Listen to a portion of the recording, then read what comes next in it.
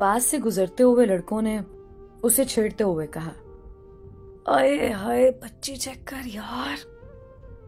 वो उस वक्त मेट्रो स्टेशन पर खड़ी अपनी सहेलियों के साथ खुशगपियों में मसरूफ थी जब अल्फाज अचानक उसकी समातों से टकराए थे। क्या बेहूदगी है, शर्म नहीं आती, भूखे हवस परस्त जाहिल इंसान।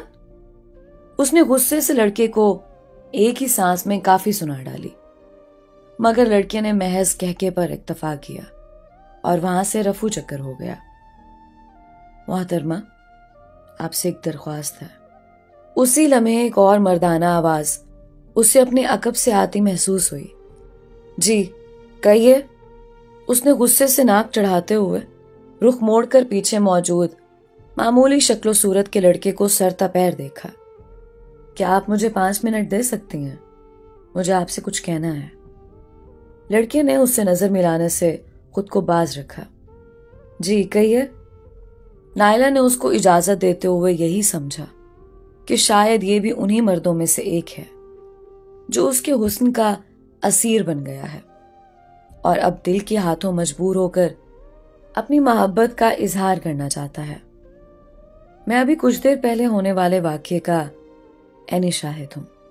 बिलाशुबा आप पर कसे जाने वाला जुमला किसी तो और माकूल नहीं था, मगर फिर मेरी समातों से आपके अल्फाज टकराए जो कि आपका रद्द-ए-अमल था।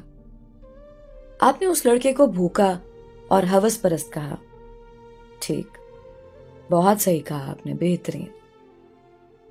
हम मर्द बुरे, हवस परस्त, घटिया, भूखे, जिस्म के पुजारी, गंदी नजरों और गंदी सोच के हामिल, बेशरम, नीच, लफंगे और वो सब जो लुगत में किसी बुराई की वजाहत के लिए मौजूद है, सब हम ही से मुंसलिक हैं। अब मैं आपको बताता हूं कि हमारी भूख की इश्तिहा कौन बढ़ाता है।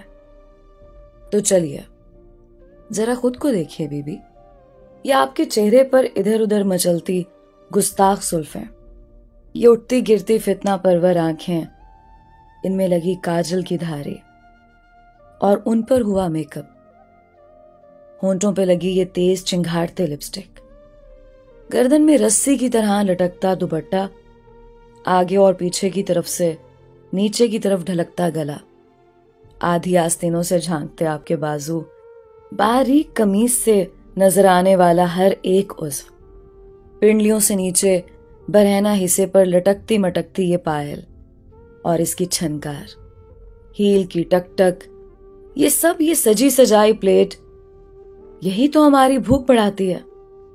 हम होते हैं भूखे, मगर इस भूख को हवा भी आप जैसी औरतें देती हैं। मैं यूनिवर्सिटी का तालिब इल्म हूं। जब भी मैं अपनी हमजमात लड़कियों से उनके लिबास से मुतालिक कुछ कहता हूं तो वो मुझे कहती हैं कि शर्म आंखों में होती है, लिबास कैसा भी हो, और वैसे भी हमारा जाती मसला है। तब मैं हैरान होता हूं कि वाह क्या बात है, मसला जाती है और गुनाहगार हमें बना रही हैं। हैरत होती है मुझे ऐसी हालत देखकर। मेरे मालिक के अहकामात की धज्जियां उड़ाना ना औरत के लिए जायज है ना मर्द के लिए। फिर ये कौन सा फैशन है जो हमें फिर से पत्थर के जमाने में धकेल रहा है, जहां लोग लिबास से महरूम थे। मैं यहां खड़ा उस ओबाश लड़के का दिफा नहीं कर रहा हूं, हाँ, मगर आपकी कही गई बात की वजूहात बता रहा हूं। मैं ये नहीं कह रहा कि आप सजना छोड़ दें, नहीं, बिल्कुल नहीं। औरत बगैर सिंगार के ऐसी है जैसे बंजर जमीन, मगर खुदारा अपने हुस्न के नजारे उसे दिखाइएगा जो 4 लोगों की मौजूदगी में कबूल है कहकर आपको अपनी निस्फ़े बेहतर चुने। मुफ्त में दावत नजारा देती रहेंगी तो ऐसे ही हैवानों से पाला पड़ता रहेगा, और वो ऊपर वाला वो भी तो नाराज हो जाएगा। मैंने आपका बहुत वक्त ले लिया, मैं माजरत चाहता हूं। गुयूर ने पास आकर रुकने वाली बस को देखकर बात मुकम्मल की और बस में सवार हो गया। नायला के पांव निदामत के एहसास से भारी हो रहे थे। गर्दन यूं झुक चुकी थी कि दूर से खड़ा इंसान उसे देखकर यह अंदाजा लगा बैठे कि उसकी गर्दन है ही नहीं। आपने बस के अंदर जाना है? वहां मौजूद लड़की की आवाज ने उसे मुतवज्जे किया था।